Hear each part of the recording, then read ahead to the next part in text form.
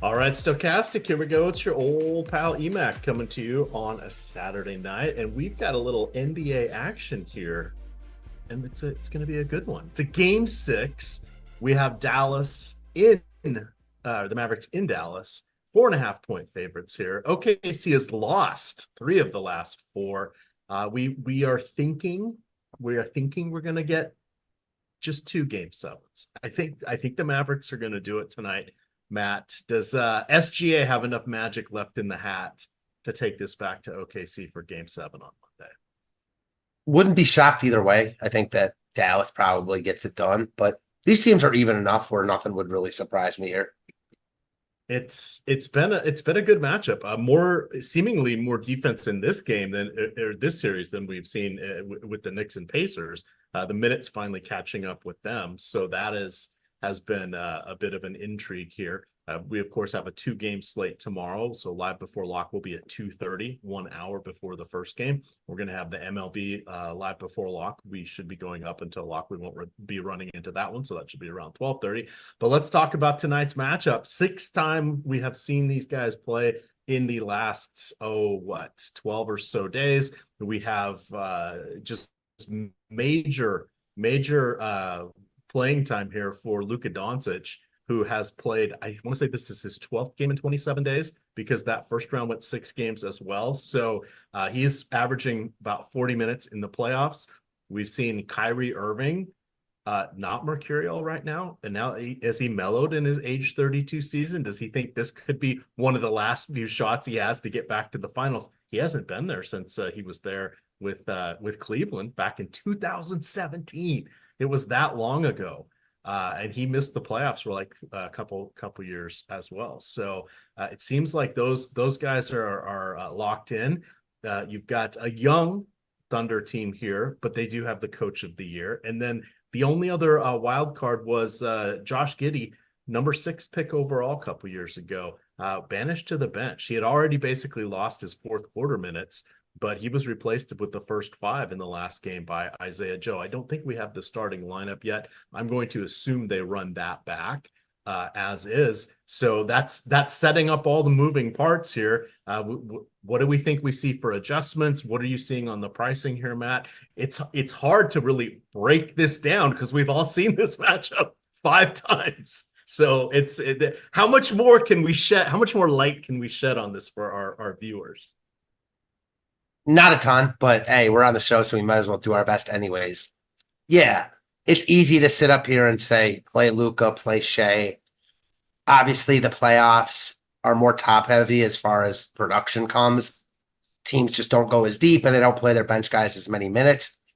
OKC is one team that kind of fools around with that. They go with more of a hot hand approach. I think Isaiah Joe, as you mentioned, he looks really good from a value perspective. I want to wait and see what this OKC starting lineup looks like before I make any firm decisions. That's fair. But let's hit on the value play and the interchangeable aspect, because there are basically 4 guys that move around. Kenrich Williams has appeared a couple times. Don't think we're going to see him. I don't think we're going to see Gordon Hayward either. He has popped up a couple times in the playoffs. But Kenrich is, I thought he was older. I think he's like 29. Gordon Hayward is older and doesn't really play defense. So he's kind of a lost cause at this point in this series. But the moving parts would be Jalen Williams, Jalen with a Y, the not starting Jalen Williams. He played 10 minutes in the last game. You had Ousmane Deng pop in long enough to take a 3-pointer. That was it. He didn't even register for a full minute. But the moving parts would be how they handle Isaiah Joe. And my thoughts are, if he starts, then he's a pretty clear path to 20 minutes. Because he's going to gain more in the first quarter. Now, he already sees 4 to 6 minutes in the 4th quarter, and he's not going to gain any more from Giddey. So he's got a better shot at 20, maybe 22 minutes. Giddey, by coming off the bench, is basically capped at 12 minutes, more likely 10, because he's only played, I think, once in the 4th quarter in this series, if even at all. And then the moving parts are Aaron Wiggins and rookie Cason Wallace, because there's your interchangeable guys, because they're Walls gets out there a little more, I guess, for defense, but he's been getting fourth quarter minutes and not playing in the first quarter. So who are we to besmirch the good name of the coach of the year, Matt? But those are our value plays at hand from the Thunder. Yeah, it's slim pickings for sure. And as you kind of alluded to, they don't really do the same thing on a game-to-game basis. So it's difficult to decipher between these guys. Our tools like Isaiah Joe a lot from a value perspective.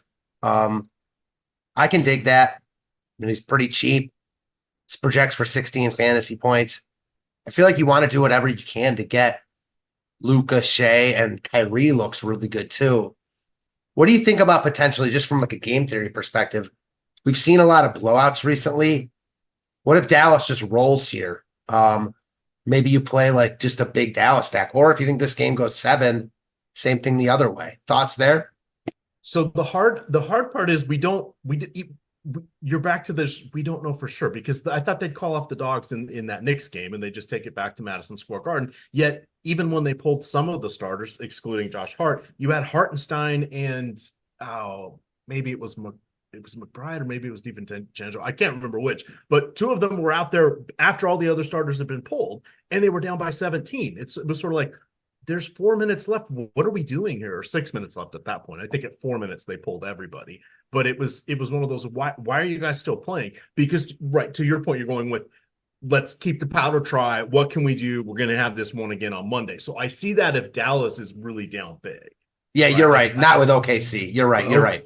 OKC, it's like it's even if no OKC, it's elimination, right? So they don't have the out tomorrow. Nobody has the outs. We have double elimination. So this is kind of fun. So my thoughts are no on Kyrie. I'm going to make a pretty big stand there. No great shakes. I mean, he's initiating the offense. He's playing more defense. Luka is the main offense. Kyrie is, maybe he gets double-digit shot attempts, maybe about 12. If I'm going from memory here, I think he has 2 games this series of 20 NBA points. He has 2 games with 9 NBA points, if I remember correctly. So but here they are on the cusp of making the Western Conference Finals. If it ain't broke, don't fix it. That means they're counting on PJ Washington. Where are these rebounds coming from for him? Double doubles in 3 of the last 4 games. This is PJ Washington. He's kind of an undersized power forward, so he's a little out of position even in today's centerless NBA. He's not a Brook Lopez bad when it comes to rebounding, but he's not above it. He's just below average. That's been an interesting development. You've got the wings. Derrick Jones Jr. has been making his backers happy the last 2 games. 3 games before that, not so much. It's very hard to like anything outside of Luka here. And even then, he's at the apex salary. And if you play Luka and SGA together, well, congratulations, you're going to be joining about 2/3 of the lineups in the field. They're going to have both of them in some form or fashion, or at least well over 50%. And we just saw that doesn't have to happen. The old Nikola Jokic there, 3-time MVP, he wasn't needed in the last couple games for the best lineup, and he even had 1 really productive game in there, and it wasn't necessary. So oddities can happen here. That's what makes it fun. That's what keeps us coming back here. How do you, or would you build lineups without that dynamic duo? Meaning, would you go with just one of them?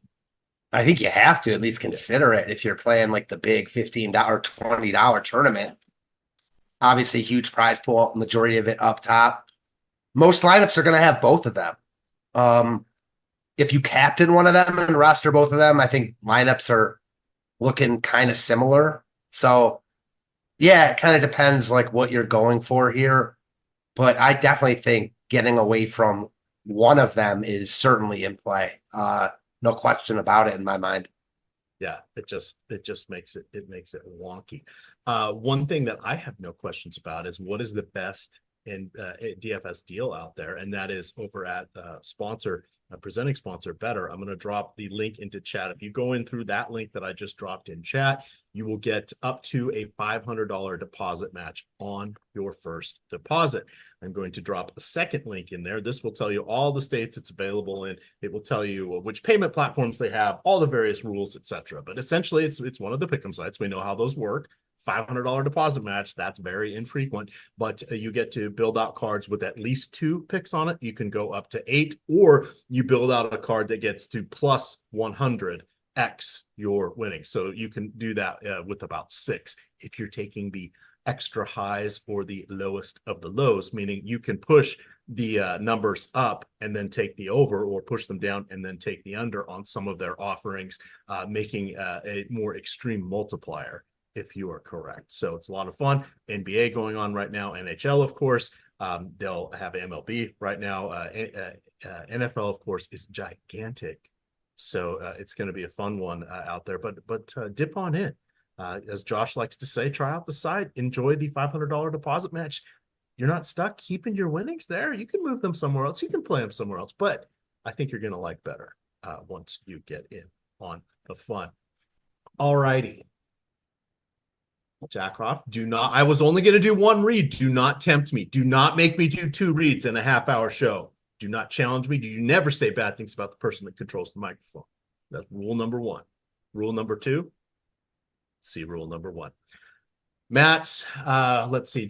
Have the starting lineups popped here? Yes, they have. OKC, once again, SGA, Isaiah Joe, Lugens Dort, Jalen Williams, Chet Holmgren. On the other side, Luka Doncic, Kyrie Irving, Derek Jones, PJ Washington, Daniel Gafford. We know that Gafford and Lively are basically splitting those 48 center minutes. Unlikely, see what I did there? Unlikely they share the court together, but they should get all 48 of those minutes.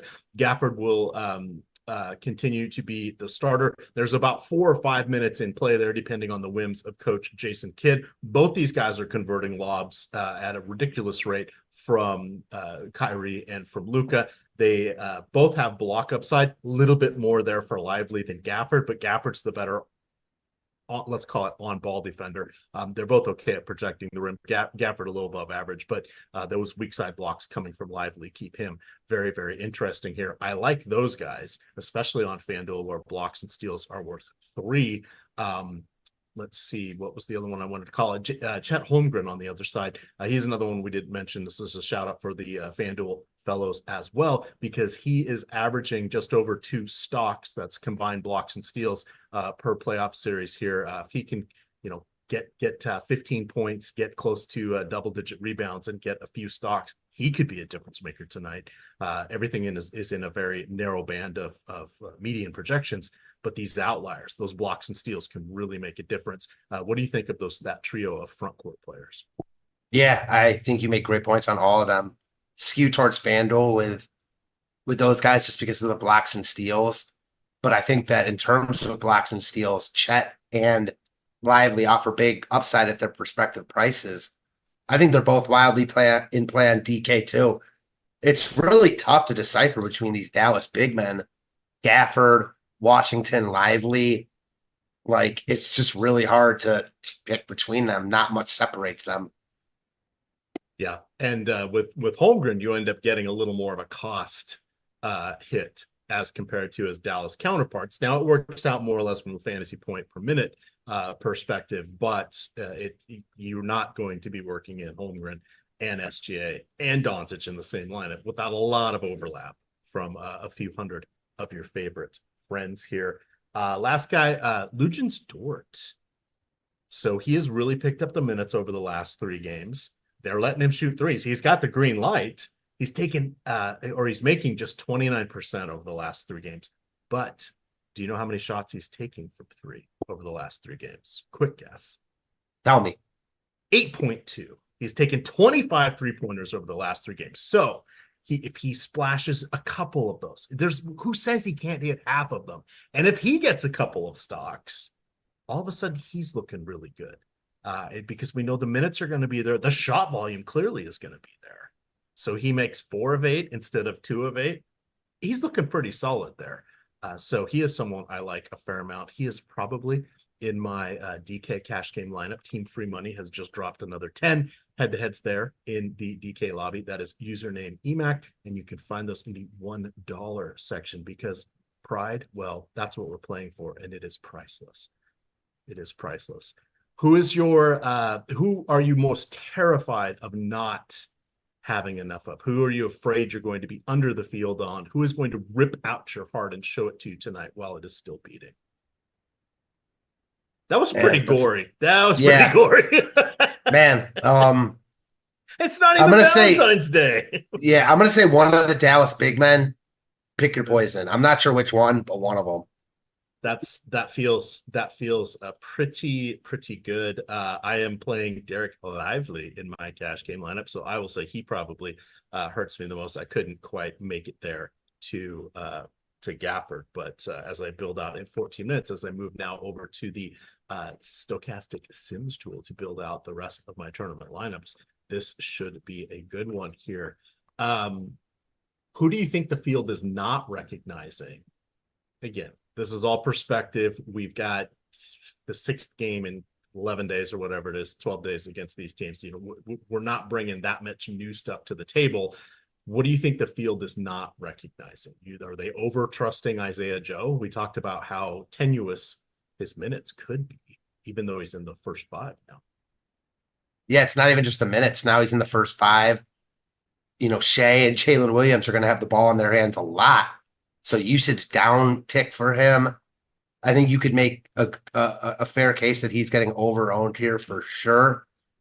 I like your call on Dort. I think Dort's not getting enough love, all things considered. So I like Dort. People are obviously spending up for the studs, and then they need cheap guys to play with them. So guys like Dort are getting phased out a little. I think that's a really good way to get different on a slate like this. Knowing that you're going to have to fade one of the top guys, but, that's kind of how the cookie crumbles on showdown slates. Yeah, it's a fascinating turn of events here on what you should do, what you shouldn't do, what feels good, what doesn't feel good. And unless you're Tom Kennedy with the crystal ball and the stochastic Sims, I mean, we're all just playing for second place at this point. All right, let's see. Signing into my stochastic account, that's probably a good thing. Fingers crossed I still have access. Yes, I do. So let's go on and build some lineups here. We got 13 minutes until lock. I've already done the housekeeping of talking about better and the $500 deposit match. I've told you guys that you can get team free money. We had a good night last night, been getting our ass kicked. I mean, donating back to those less fortunate by losing in dramatic fashion here with these head-to-heads, but team free money's there in the DK lobby, username EMAC. Let's see if we have any questions popping up here. We do have a 2-game slate tomorrow, which should be fun, about 5.5 hours between start times there, but that's okay. We got baseball on the in-between. Let's see, looks like nothing too crazy. I think we all kind of know what we're looking for, what we're getting here. So that is keeping things to a dull roar here. What else do we have? Who do you think wins tonight? I started thinking Dallas, but now I kind of think OKC. Yeah, I'm kind of thinking OKC. And I'm just going to I just want to say this because I think anything goes on slates like this. I think fading both Luka and Shea is in play. I really do. In the same lineup? In the same lineup. Okay. Yes. I'm not saying it's likely to work out, but they're by far the 2 highest owned guys on the slate, and it makes sense. But there's other really good players. What if it's a Kyrie game? Same goes for Jalen Williams and Chet Holmgren. It's not like you'll be leaving salary on the board doing that. So, again, I don't think it's optimal, but you really need to think outside the box on slates like this in those, in that big, $20, $100K up top type tournaments. I mean, boss man Tom Kennedy, was it Luke Garza that led him to one of his major finishes? All it took was Luke Garza making 3 or 4 shots in a couple minutes, and suddenly that was the difference maker. So you don't know until you know, and we're not going to know until it's too late. But that's why we sort of espouse the playing down in buy-ins, up in lineups, and being able to leverage all of the stochastic tools to help you out. That is something that is key. All right, I've got 100 lineups here. Let's see where my initial exposures are. So it looks like, ooh, it's pretty even. Nobody's over 50%. Well, technically, Derek Lively is at 52. I got Casey Wallace at 49, Isaiah Joe at 40, Shea at 38. Let's look at the captains here. It's pretty heavy on Gilgeous Alexander, 20% in captain. Holmgren 17. That looks like a pretty good leverage spot. Still have 8 with Kyrie. I'm liking how this goes. I may not put my thumb on the scale because this one it has so many paths on how it can get us there. So I'm okay with all of that. Let's see how we match up against the field. So with this run, and I only made one little tweak in the slider. But remember, the Sims are just pumping out thousands and thousands of lineups, running the slate tens of thousands of times to get you the information. So I am coming in under Luka Doncic. I am coming in at 29%. The field has him at 45%. That's for utility. On Shea, I'm coming in under 7% under the field. That doesn't feel comfortable, but that is how you get some lineup differentiation. I am coming in under Shea by 5% at captain. And oh my gosh, there's Luka. I'm going 7% over on Luka. So there's my little change. But doing some math in my head, I don't know how many lineups don't have either, but I am under the field on both of them with when we add up all the combinatorial ownership there between captain and field. I'm running with this one. Let's make some magic happen. Baby needs a new pair of shoes, or in this case, water shoes, because I live on the beach now. We have 8 minutes to go. Going to be uploading these lineups here. You know what? I'm not even going to randomize them. I'm just going to put them in, and let's see what happens. So, any other thoughts? Anything making you nervous on this? When you're doing these tight showdown slates, do you ever branch out from a lot of lineups, or do you just sometimes sit these out if you can't think of good ways to find differentiation? What is sort of your strategy? Because there are many ways to win at DFS. There are even more ways to lose. Yeah. How do you approach these slates?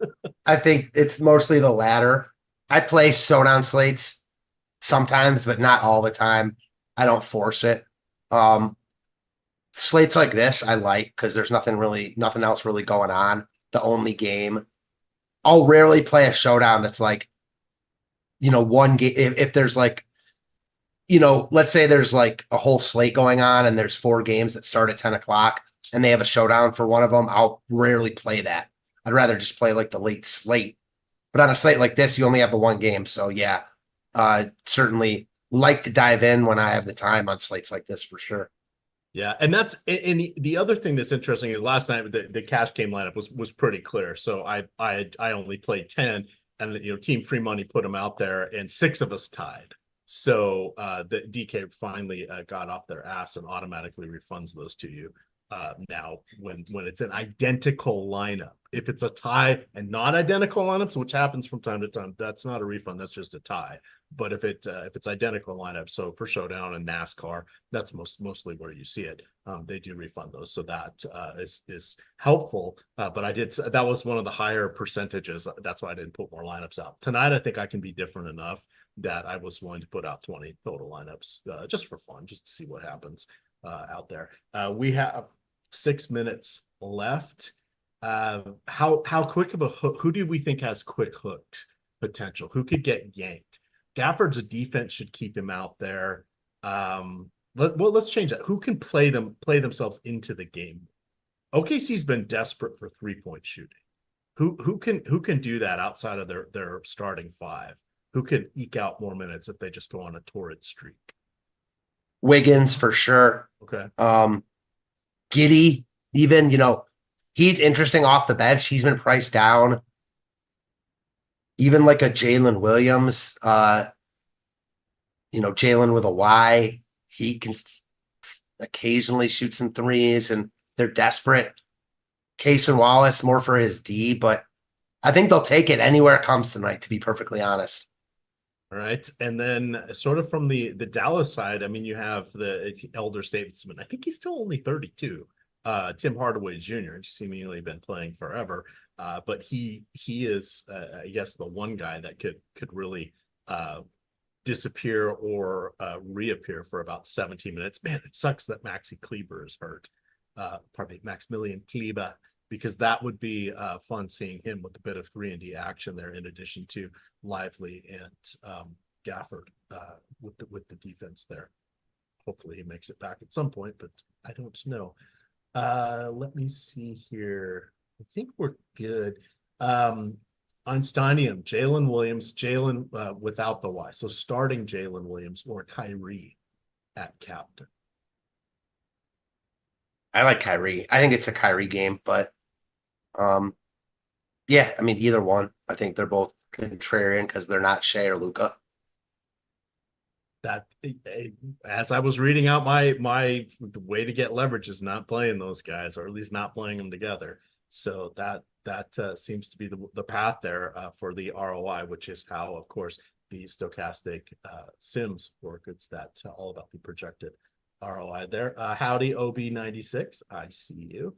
Don't forget, guys, as we have 3 minutes until lock. Don't forget, tomorrow we'll be doing MLB live before lock. Hopefully, I think they just started the what is it called? The Roku is going to be taking over the streaming games, and they are starting on this Sunday. So there's going to be a 105 game. I didn't go look and chase down the sites. Last year, what they were doing is they were skipping that game and going with the 135 game. It wouldn't surprise me because this contract was just signed with Roku. Damn. Oh. You're right. It is at one. It's the locks at 1 o'clock tomorrow. Does it? All right. Yeah. Well, that's on our production meeting, Mr. Greg Ehrenberg. I got you covered, buddy, because this ain't my first rodeo. I'm glad you said something now, because I was in this. I mean, Yes. But as soon this will be the last time, because they got rid of the Apple TV game or whatever. I think whatever Apple TV is called. Anyway, we are about 2 minutes out from lock here. This is going to be fun. We're going to see what we see. The one interesting thing is with Josh Giddey, he goes from being as a starter a detriment play to now with this price slightly ticking down, popularity going down. What if he knocks down his first 4 shots? He's going to look at 14 to 17 minutes. And then all of a sudden, the guy we've been making fun of for most of this series is the guy that is actually ripping and reaching in, ripping out our heart, showing it to us while still beating that. It is what it is. It is what it is. All right. That was a quick half hour. I think we're pretty good. I don't see any questions popping up here. Not that we could answer too many. Check out Better. Link in the description here. I will also drop the landing page one more time for you guys. But reminder, it's a $500 deposit match on your first deposit. We do not get these very often. I'm going to put the landing page in there so you guys can get the promo code off that. You can also make sure it's available in states where you're located. It is in the vast majority of states that do not have legalized sports wagering. So check that out. Thoughts on Isaiah Joe's minutes real quick. So he's starting. I think he has a path to 2022 as his tops. He plays 4 to 6 minutes in the fourth quarter on average. Not always. He's seen less than that. He can't take those minutes away from Giddey because Giddey doesn't play in the fourth quarter. So basically he's assured of about 5 extra minutes in the first quarter. And then it gets messy after that. But I like him to have at least 18 minutes, a chance at 22. I don't think he goes beyond that under pretty much any circumstance, unless he's the guy raining down threes. There we go. We are at lock by the time our folks watching hear this. Let's head on over to playback. We'll have the games on over there. I will keep those turned on tonight. I think News God will be popping in. He can hand out some or redistribute the VIPs. I don't have the access for that, but most of you should be able to see this if you have NBA TV, NBA League Pass, and I forget which network it's on tonight, but sometimes you can log in with your local cable provider and see the game as well. But with that, you guys can catch us tomorrow. I think Live Before Lock for MLB is going to be at noon to tomorrow instead of 12:30. But we'll make sure producer Mike knows, so we'll be ready to go. I'll be bright-eyed and bushy-tailed like I always am. Matt will be dragging in because he's got to hang out with his daughter who doesn't let him sleep in anymore. It's good times. It's good times. Music class at 9. So yeah. Yeah. Oh, there you go. There you go. Daddy, daughter time. So you gotta have some fun here before you do the show. You guys can follow Matt on all his adventures over there at Fantasy Tips Matt on Twitter. I am at EMACDFS, and of course, it is stochastic_COM. With that, gamers, good luck.